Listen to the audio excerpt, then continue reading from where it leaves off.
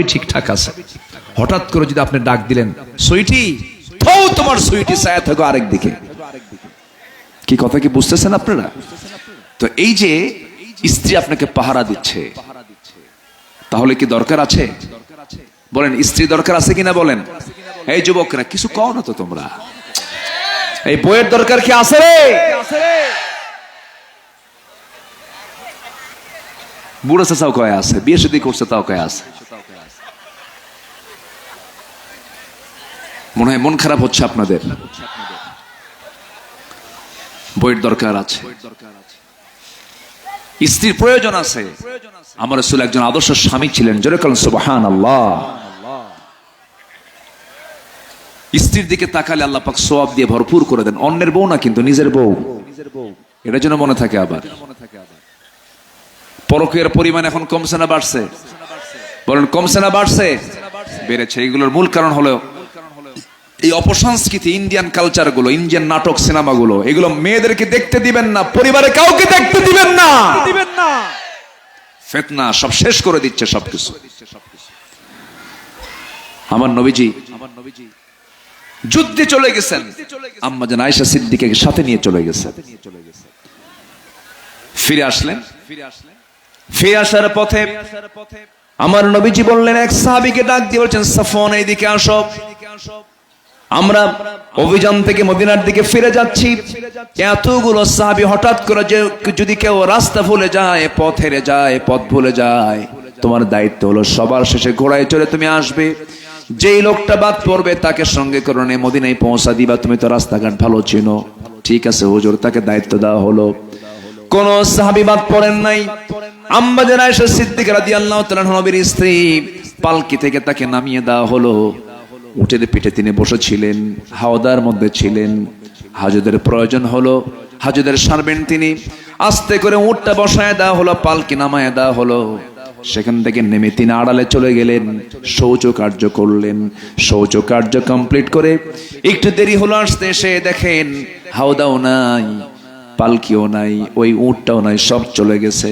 মানে উনি এত চিকন ছিলেন, ওনার দায়িত্ব নিয়ে যদি যে সাহাবী ছিলেন তিনি ভেবেছেন মনে হয় আম্মা জান আয়েশা পালকির মধ্যে আছেই, হাওদার মধ্যে আছেই, কিন্তু তিনি এত চিকন ছিলেন যে থাকলেও যে ওজন, না থাকলেও সে ওজন, বাদ পড়ে গেছে। আম্মা জান আয়েশা সিদ্দিকা এসে দেখেন কেউ নাই। হতাশ হলেন না, ভাবলেন হয়তো পরীক্ষায় পড়ে গেলাম। কাপড় চোপড় দিয়ে কোনো মতো সতর ঢাকলেন, পর্দার পরিবেশটা কন্ট্রোল করলেন, মাথা চুল সব ঢেকে নিয়ে বসে বললেন। দূর থেকে ওই সাহাবী, দায়িত্বপ্রাপ্ত সাহাবী দূর থেকে দেখে কে যেন বসে আছে। কাছাকাছি গিয়ে দেখেন এটা তো আম্মা জান আয়েশা। চিনলেন কেমনে? পর্দার আয়াত নাজিল হওয়ার পূর্বেই তিনি তাকে দেখেছিলেন একবার, এই জন্য তাকে চিনতে পারলেন। সঙ্গে সঙ্গে বললেন, মা, আপনি তো উম্মতের জন্য মা, উম্মাহাতুল মুমিনিন, নবীর স্ত্রীরা সব উম্মতের জন্য মা। উম্মতের জন্য কি কোনো চিন্তা করবেন না, আপনার কোনো টেনশন নাই। রাসূল আমাকে দায়িত্ব দিয়েছেন, আমি আপনাকে সযত্নে সম্মানের সাথে মদিনায় পৌঁছায় দেব। ঘোড়ার পিঠে করে তাকে সুন্দর করে সম্মানজনক ভাবে তাকে নিয়ে নবীর ঘর পর্যন্ত তিনি পৌঁছায় দিলেন। কিন্তু এই কথা মুনাফিকদের টিমের মধ্যে, মুনাফিকদের সার্কেলে যখন এই নিউজটা চলে গেছে, সাফওয়ান গোটা রাত্রিবেলা আম্মা জান আয়েশাকে একই ঘোড়ার পিঠে করে একসাথে মদিনায় নিয়ে আসছে। আয়েশার সতীত্ব নষ্ট হয়ে গেছে, আয়েশার নষ্ট হয়ে গেছে, নষ্টা মহিলা যেরকম, নাউযুবিল্লাহ। এমন চরিত্র, এমন জাতীয় মুনাফিকি চরিত্র এখনো কিছু লোকের মধ্যে আছে না নাই? আসতে বলবেন না, আছে না নাই? একটা অপবাদ চাপায়া দিল আম্মা জান আয়েশার বিরুদ্ধে। এমন জাতীয় একটা অপবাদ যখন চাপায়া দিয়েছে, গোটা মদিনার টপ টক হয়ে গেছে। নবীর কেন যখন এমন জাতীয় কথা চলে আসলো, স্ত্রীর বিরুদ্ধে এমন কথা শুনলে পরে কি স্বামীর ভাল লাগে নাকি? মনটা খারাপ হয়ে গেল। আমার নবীজি এই কথাগুলো যখন শুনলেন, আস্তে করে বলছেন, আয়েশা, কিছু কিছু কথা আমার কানে এসে কান ভারী করে দিচ্ছে, আমার কষ্ট হচ্ছে। আমি তোমাকে সন্দেহ করি না, তবে আয়েশা, আমার মন বলছে এই অবস্থায় যেহেতু মদিনায় এই কথাটা সবচেয়ে বড় কথায় রূপ নিয়েছে, তোমার চরিত্র নাকি নষ্ট হয়ে গেছে, এমন জাতীয় কথা চতুর্দিকে স্প্রেড হচ্ছে। আমার মন বলছে তুমি আমার ঘরে আর থেকো না, তোমার মার বাড়ি চলে যাও, বাবার বাড়ি চলে যাও। বলুন তো, কোনো স্বামীর মুখ থেকে স্ত্রী যদি এমন জাতীয় কোনো কথা শোনে, বলুন তো আসমান ভেঙ্গে পড়ার মতো নয় কিনা? বলেন, আসমান ভেঙ্গে পড়ার মতো হয়ে যায়। আম্মা জান আয়েশা সিদ্দিকার জীবনে বিশাল বড় পরীক্ষা চলে আসলো। পেঁচ লাগায় দিয়েছে মুনাফিকরা। কারা কারা কারা কারা? মুনাফিকরা। আমার নবীজির স্ত্রী আম্মা জান আয়েশা সিদ্দিকা আস্তে করে বলছেন, ইয়া রাসূলুল্লাহি, আপনি কিন্তু আমার শুধু স্বামী নন, আপনি হচ্ছেন বিশ্ব নবী। আপনি আমাকে অর্ডার করলে আমি মানতে বাধ্য। আমি আমার বাবার বাড়ি চলে যাচ্ছি, কিন্তু একটা কথা বলি ইয়া রাসূলুল্লাহি, আমার বিয়ের ফয়সালা কিন্তু জমিনে হয় নাই, আমার বিয়ের ফয়সালা কিন্তু আসমানে হয়েছে। সেই আসমানের মালিক মহান রব্বুল আলামিনের উপর আমি সমস্ত দায়িত্ব দিয়ে দিলাম। জোরে বলুন সুবহানাল্লাহ। ফাইদা আযামতা ফাতাওয়াক্কাল আলাল্লাহ। চলে গেলেন আম্মাজান আয়েশা সিদ্দিকা মার বাড়িতে চলে গেলেন। বলেন তো, স্বামী স্ত্রী যদি দূরে দূরে থাকে, বলেন তো এখানে কোনো শান্তি আছে? শান্তি আছে? আমার নবীর ঘরে অশান্তি ঢুকায় দিল কারা? বলেন কারা কারা কারা? এরকম অনেক পরিবারে মুনাফিক আছে না নাই? আচ্ছা, আমার নবীজি একাকী ঘুমান। আমার রাসূল বলেছেন, আমার স্ত্রী আয়েশা হলো সবচেয়ে শ্রেষ্ঠ স্ত্রী, আমি তাকে খুব বেশি ভালোবাসি, মহব্বত করি। আমার নবীজি রাতের বেলা ঘুমাতে যান, হাতটা গায়ে দেন, আম্মা জান আয়েশা সিদ্দিকা আছেন বলে, কিন্তু আয়েশা নাই, বুকটা খান খান হতে থাকে। ওইদিকে আম্মা জান আয়েশা সিদ্দিকা সেজদায় মাথা রাখতে রাখতে চোখের পানি ফেলতে ফেলতে শুকায় গেলেন। নখের মতো এমনি চিকন মানুষ আরো চিকন শুকায় গেলেন। আম্মা জান আয়েশার ঘুম হয় না। ওইদিকে বাপটা ভালো করে কথা বলে না, মাওটা ভালো করে কথা বলে না, নিঃসঙ্গ হয়ে গেলেন আম্মা জান আয়েশা সিদ্দিকা। দিনের পর দিন চলতে লাগলো। আমার নবীও কাঁদেন, আম্মা জান আয়েশাও কাঁদেন, সাহাবীরাও কাঁদে। মুনাফিকরা কি? এই তো প্যাঁচ লাগায় দিছি, এই তো প্যাঁচ লাগায় দিছি। মুনাফিকরা আনন্দ উল্লাস করছে, নবী যে বড় কষ্টের মধ্যে আছেন। সময় যেতে লাগলো। আম্মা জান আয়েশা সিদ্দিকা বলেন, আল্লাহ তাআলা আমি আয়েশা আমাকে 9টা কারণে শ্রেষ্ঠতা দান করেছেন। নাম্বার 1, আল্লাহ রাসূল আমাকে মাত্র 9 বছর বয়সে বিয়ে করেছেন। 13 বছর নববধূ করে তার ঘরে আমার রাসূল আমাকে নিয়ে চলে গেছেন। আমি নিজেকে ভাগ্যবান মনে করি, আমি একমাত্র কুমারী স্ত্রী। আম্মা জান আয়েশা সিদ্দিকা বলেন, আমি জিবরাইলকে নিজের চোখে দেখেছি। আরেকটা কারণ হলো, আমি যখন নবীর সঙ্গে ঘুমাতাম একই চাদরের নিচে, সেই সময় আমি থাকা অবস্থায় নবীর উপর ওহী নাযিল হতো, আমি এটা টের পেতাম। আম্মা জান আয়েশা সিদ্দিকা বলেন, আমি নিজেকে ধন্য মনে করি। আমার শানে আল্লাহ রাব্বুল আলামিন অনেকগুলো আয়াত না কয়েকটা আয়াত নাজিল করেছেন। আম্মা জান আয়েশা সিদ্দিকা বলেন, আমি নিজেকে ধন্য মনে করি। রাসূল আমার ব্যাপারে বলেছেন, শরীর খাবার যেমন শ্রেষ্ঠ খাবার, আমার স্ত্রীদের মধ্যে সবচেয়ে শ্রেষ্ঠ স্ত্রী হলো আমার আয়েশা। জোরে বলেন সুবহানাল্লাহ। এমন সুন্দর করে আম্মা জান আয়েশা সিদ্দিকা বলেন, আরেকটা কারণে আমি শ্রেষ্ঠ, সেটা হলো আমার রাসূল দুনিয়া থেকে বিদায় নেবেন। বিদায় নেওয়ার আগে আমার নবীজি আমার মুখের লালা খেয়ে তিনি দুনিয়া থেকে বিদায় নিয়েছেন। আমার মুখের লালাতে তিনি পান করেছেন। আমি নিজেকে ধন্য মনে করি। আমার নবীজি আমার কোলেই মাথা রেখেছেন, আমার কোলেই মাথা রেখে দুনিয়া থেকে বিদায় নিয়েছেন। সর্বশেষ আমার নবীজি সর্বশেষ কথাটা আমার সঙ্গেই বলেছেন, আমাকে বিদায় দিয়েছেন, আমি তাকে বিদায় দিয়েছি। আমি নিজেকে ধন্য মনে করি। আমি আমার নবীজির ইন্তেকালের পর তার চোখটা আমি নিজের হাতে নিচের দিকে নামায় দিয়েছি এবং নিজেকে ধন্য মনে করি। আমার ঘরে রাসূলকে দাফন করা হয়েছে, আমার ঘরে আমার নবীজি শুয়ে আছেন। জোরে বলে সুবহানাল্লাহ। আমার বড় শখ ছিল, আমি আয়েশা, আমার বড় তামান্না ছিল আমি নবীর পাশেই ঘুমাবো। আমার বাপ আমার নবীর পাশে ঘুমিয়ে পড়েছেন, আমার বাবা আবু বকর ঘুমিয়ে পড়েছেন। আমার বড় শখ ছিল, কিন্তু ইসলামের দ্বিতীয় খলিফা ওমর ফারুক রাদিয়াল্লাহু আনহু যখন ইন্তেকাল করবেন তার পূর্বে অসুস্থ হয়ে পড়েছেন, রক্তাক্ত হয়েছেন। এমন সময় আমার কাছে প্রস্তাব আসলো, আমি যেন তাকে আমার নবীর পাশে ঘুমানোর জায়গাটা দিয়ে দেই। আমি নিজেকে ধন্য মনে করি, এত বড় একজন শাসনকর্তা আমার কাছে চাইছে, আমি কেমন করে মানা করি? আমি আমার জায়গাটা খলিফা ওমর ফারুকের জন্য বরাদ্দ দিয়েছি। জোরে বলেন সুবহানাল্লাহ। নবীর কবরের পাশে দুজন শুয়ে আছেন। কয়জন বলেন? আসতে বলবেন না, কয়জন বলেন? কিন্তু ঘরটা কার? বলেন ঘরটা কার? ঘরটা কার? সেখানে তিনি থাকতে পারলেন না, উদারতার পরিচয় দিয়ে খলিফাকে দান করে দিলেন। তার আব্বা আরেক পাশে শুয়ে আছেন। আমার বন্ধুগণ, আম্মা জান আয়েশা সিদ্দিকা বলেন, আমি নিজেকে ধন্য মনে করি। রাসূল আমাকে খুব ভালোবেসেছেন, খুব মহব্বত করেছেন। সেই আম্মা জান আয়েশার জীবনে মুনাফিকরা চরম বিপদে ফেলে দিল, চরম সংকটের মধ্যে ফেলে দিল। নবীজির মধ্যে ক্রাইসিস চলে এলো, তার মধ্যেও ক্রাইসিস চলে এলো। কিন্তু দিন শেষে মুনাফিকরা জিতে না হারে, মুনাফিকরা জিতে না হারে। মিথ্যার পরাজয় আছে না নাই? খেয়ানতকারীর পরাজয় আছে না নাই? ওয়াদা ভঙ্গকারীর পরাজয় আছে না নাই? শেষ আল্লাহ তাআলার পক্ষ থেকে আয়াত নাযিল হয়ে গেল, ইন্নাল্লাযীনা জাউ বিল ইফকি উসবাতুম মিনকুম। হে রাসূল, আপনি চিন্তা করবেন না আয়েশার ব্যাপারে, আপনি সন্দেহ করবেন না। আয়েশার কোনো সমস্যা নেই, আয়েশা সতীত্ব নিয়ে আছে, আয়েশার কোনো দোষ নাই। জোরে বলেন সুবহানাল্লাহ। এটা অপবাদ মাত্র। নবীজি আনন্দ দেখে কে? নবীজি আমার হাস্যোজ্জ্বল চেহারা নিয়ে শ্বশুর বাড়ি গেলেন। কার বাড়ি গেলেন? শ্বশুর বাড়ি চলে গেলেন। আমার বন্ধুগণ, এখান থেকে একটা বিষয় সুস্পষ্ট হয়ে গেল, রাসূল কি গায়েব জানতেন? আস্তে কয়, রাসূল গায়েব জানতেন না, রাসূল গায়েব জানতেন না। কিন্তু আমার দেশের পীর সাহেবরা গায়েব জানে। দরবারের কিছু দরবারের লোক আছে, ওরা গায়েব জানে। বাচ্চা কাচ্চা হয় না, যখন যায়, বাবা তোমার দরবারে আসছে, বাচ্চা কাচ্চা কি আছে? চোখ 10 মিনিট বন্ধ রাখে, ইচ্ছে করে চোখ 10 মিনিট বন্ধ রাখে, ভান ধরে থাকে। 10 মিনিট পর বারবার বলতেছে, বাবা বলো তো আমার বাচ্চা কাচ্চা কি আছে? 30 বছরের সংসার, বাচ্চা তো হয় না। অনেকক্ষণ চুপ মেরে থেকে হঠাৎ করে বলে, যা। মানে ওর কাছে মনে হয় কিছু একটা আসছে, বুঝলেন? কিচ্ছু আসে নাই, 1.5 হাত লাঠির বাড়ি দরকার। আসতে কোন কেন? আসতে কোন কেন?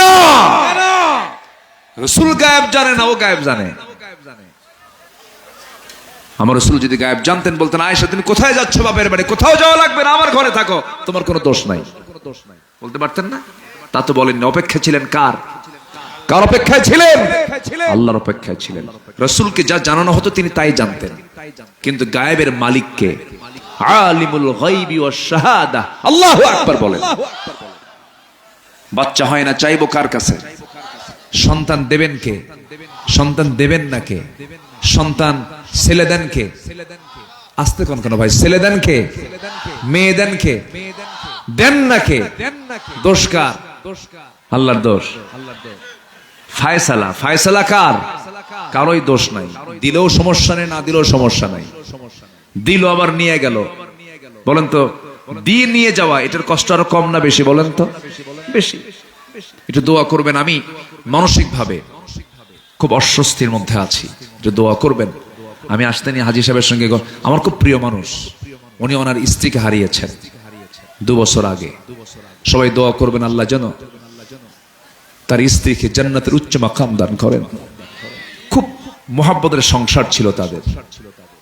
যেতে তো হয়, মানুষকে যেতে হয়। আমার স্ত্রী, আমার নিজের পরিবারের কথা বলছি, 3 দিন যাবৎ সে অসুস্থ মারাত্মক ভাবে। ওই যে ঢাকাতে একটা মশা আছে, এডিস মশা, এটা মারাত্মক ভয়ঙ্কর, সাপের চেয়ে ভয়ঙ্কর। এডিসের কামড় খেয়ে বহু মানুষ মারা গেছে পর্যন্ত, জানেন না আপনারা? প্ল্যাটিলেট লেভেল যদি আপ না হয় মানুষ মারা যায়। আমার পরিবারে এখন 2 জন ডেঙ্গু আক্রান্ত হয়ে আছে। আমার স্ত্রীকে আমি অবস্থায় রেখে আসছি। আজকে লেভেলটা আবার কমে গেছে, গতকালকে বেড়েছিল, আজকে আবার কমে গেছে। একটু দোয়া করবেন আল্লাহ যেন সেহাতে কুল্লিয়া দান করেন, আল্লাহ যেন শাফায়ে কামেলা আজলা দান করেন, আল্লাহ যেন সুস্থতা নিয়ে আবার ফিরে আসার তৌফিক দান করেন। আবার ছোট্ট মেয়ে, 2 বছর বয়স, ছোট্ট একটা মেয়ে আমার আছে। বড় মেয়ের ছোট মেয়ে, মেজো মেয়ে, ও আলিমে পড়ে, ওরও ডেঙ্গু হয়েছে। মানে ওই যে কামড়, তো মানে মশা, ওই জাতীয় মশা যাকে কামড়ায়, যদি ভালো মানে ডেঙ্গু ছাড়া, এডিস মশা ছাড়াও যদি অন্য মশাও যদি কামড়ায়, তার মধ্যে আবার ওই জীবাণু চলে আসে। মশা তো ছোটখাটো কোনো বিষয় না, মারাত্মক ভয়ঙ্কর বিষয়। তো দোয়া করবেন আল্লাহ যেন সুস্থ করে দেন। একটু জোরে বলি আল্লাহুম্মা আমিন। এত মানুষ আপনারা আছেন, আল্লাহ পাক যেন দোয়া কবুল করেন, এবং সাথে আমাদের যাদের যা চাওয়া আছে আল্লাহ যেন তাও কবুল করেন। জোরে বলি আল্লাহুম্মা আমিন। সম্মানিত ভাইয়েরা, মুনাফিকরা ভয়ঙ্কর। মুনাফিকের চরিত্র থেকে আল্লাহ পাক আমাদেরকে বাঁচান। আমি কি দোয়া করে দেব? এই যে হাফিজ সাহেব, মাওলানা সাহেব, একটু বসেন, একটু বসেন, একটু বসেন, বসেন। আপনাদের নিয়েই তো দোয়া করবো। আপনারা চলে গেলে আমরা, আপনারা তো মূল আলেম ওলামা মানুষ, একটু বসেন, কষ্ট দিয়ে ফেললাম মনে হয় আপনাদের, না? কষ্ট পাচ্ছেন না তো? আল্লাহ কবুল করুন, জোরে বলি আমিন। মশা খুব ভয়ঙ্কর জিনিস। একটা লাইন বের হয়ে গেল কথা। মশার উদাহরণ কোরআনে আছে না নাই বলেন তো? আছে। কাফেররা বলল, মাযা আরাদাল্লাহু বিহাদা মাসালা, তোমার আল্লাহর কি ইচ্ছা আছে যে মশার কথা কোরআনে বলা দরকার? কি দরকার? মশা কোনো প্রাণী হলো? এই ছোটখাটো একটা প্রাণী। কিন্তু মশা কি ছোট প্রাণী? মনে হয় এরকম?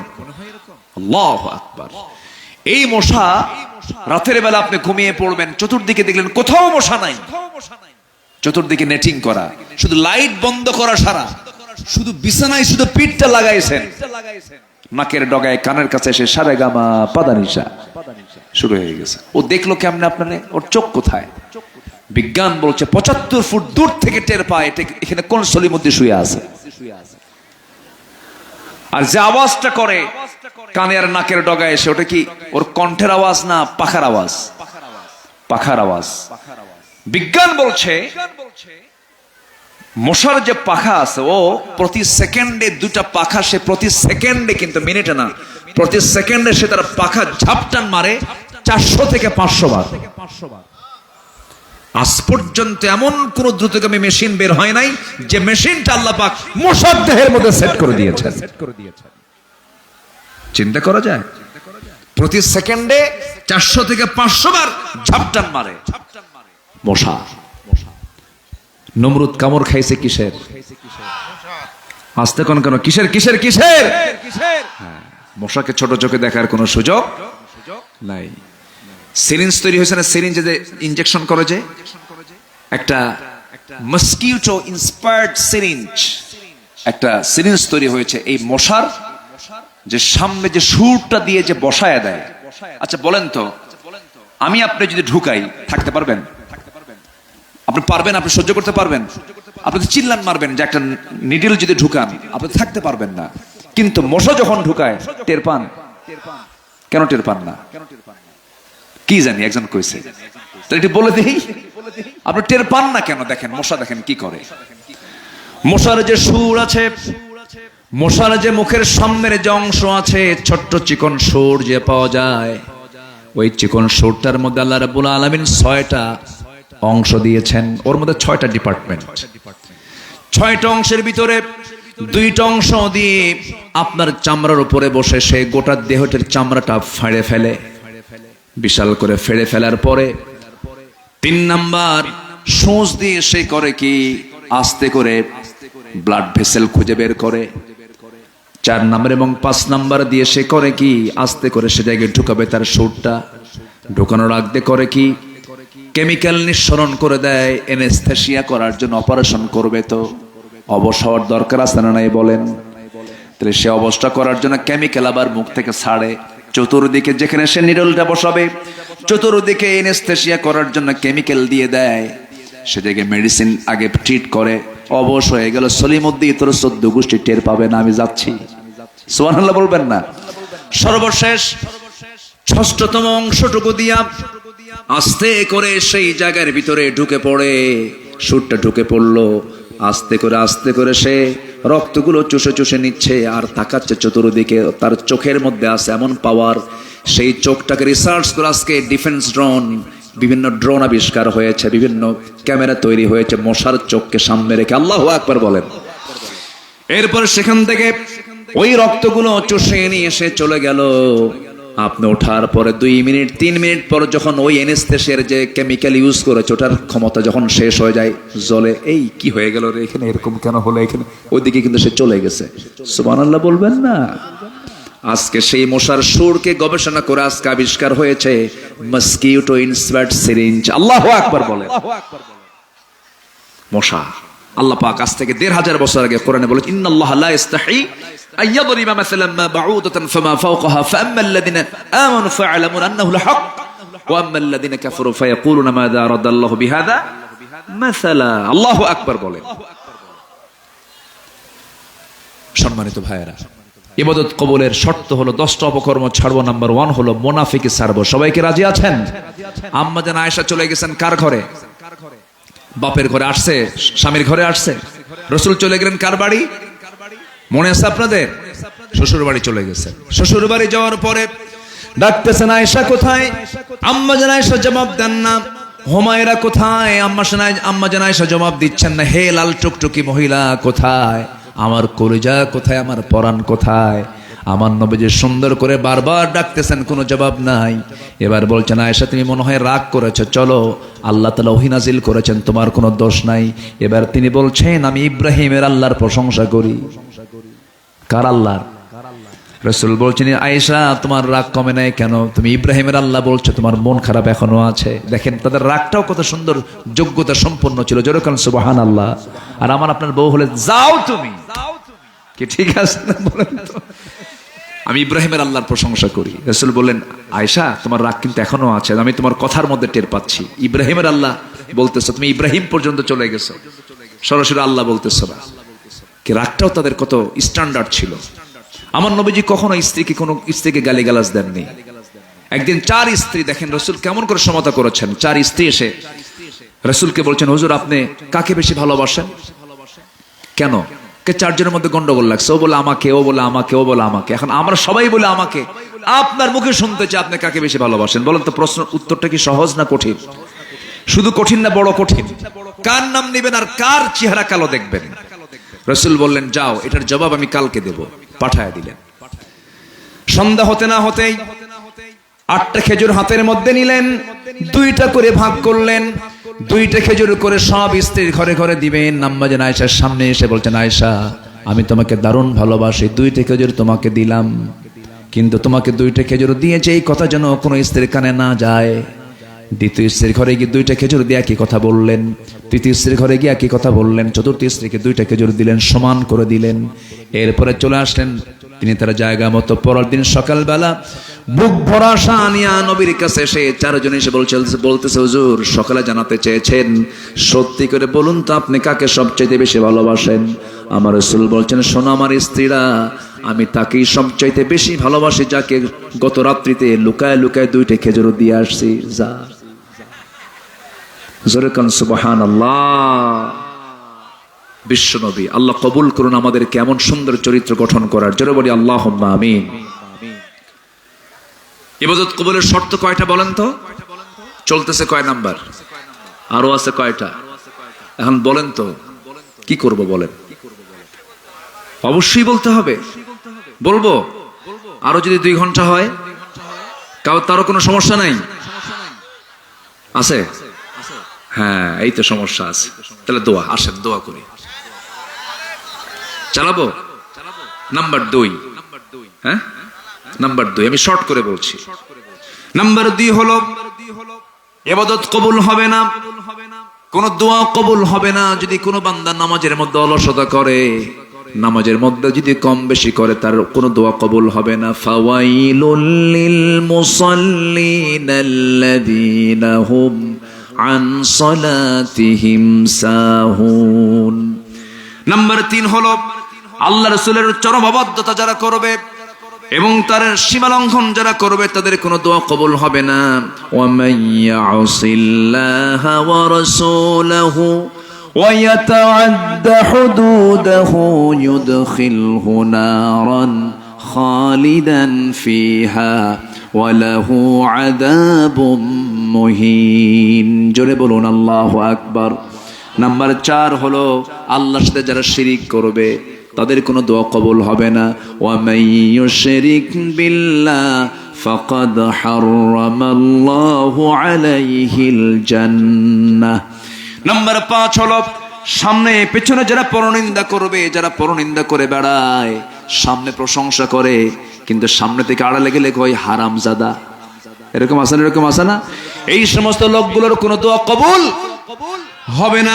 ওয়াইলুল লিকুল্লি হুমাযাতিল লুমাযাতিনিল্লাযী জামাআ মালাও ওয়া আদ্দাদাহ ইয়াহসাবু আন্না মালাহু আখলাদাহ।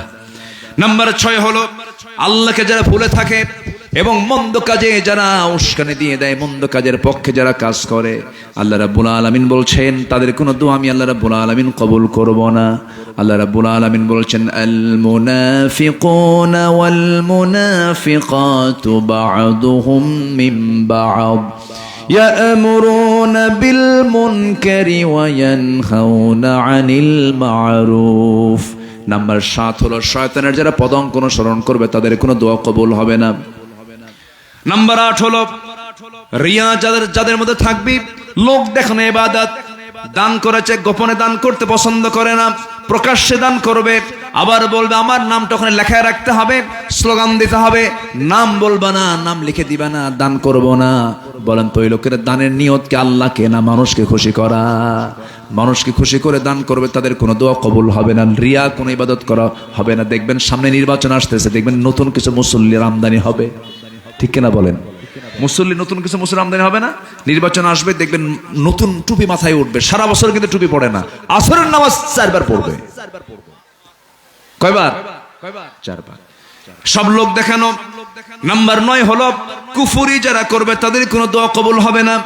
ইন্নাল্লাযীনা কাফারু লান তুগনিয়া আনহুম আমওয়ালুহুম ওয়ালা আওলাদুহুম মিনাল্লাহি শাইআ ওয়া উলাইকা হুম ওয়াকুদুন নার। জোরে বলুন আল্লাহু আকবার। সর্বশেষ আল্লাহর সঙ্গে মিথ্যা দৃঢ় অঙ্গীকার করে আবার তা অবজ্ঞার সঙ্গে ভঙ্গ করে যারা, এই সমস্ত অপকর্মের সঙ্গে যারা জড়িত, তাদের কোনো দোয়া চোখের পানি ফেলেও দোয়া করলে সেই দোয়া কবুল করবেন না। তিনি কে দোয়া কবুল করবেন না? আসুন এই 10 অপকর্ম থেকে বেঁচে আমরা সুন্দর জীবন, ইমানদারের যে জীবন হওয়া দরকার সেই জীবন আমরা ঢেলে সাজাই। ফজর পড়বেন কারা কারা? মুনাফিক থেকে বাঁচ